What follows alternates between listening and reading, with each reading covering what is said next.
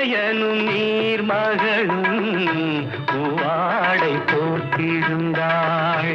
சென்றலெனும் காதலின் கைவிளக்க வேர்த்து நின்றாள். பொய்கையனும் நீர்மகளும் பூவாடை போர்த்திருந்தாள்.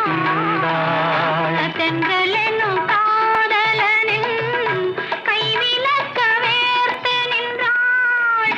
என்ன துடிப்போ அவள் நிலை நீ உணர மாட்டாயோ?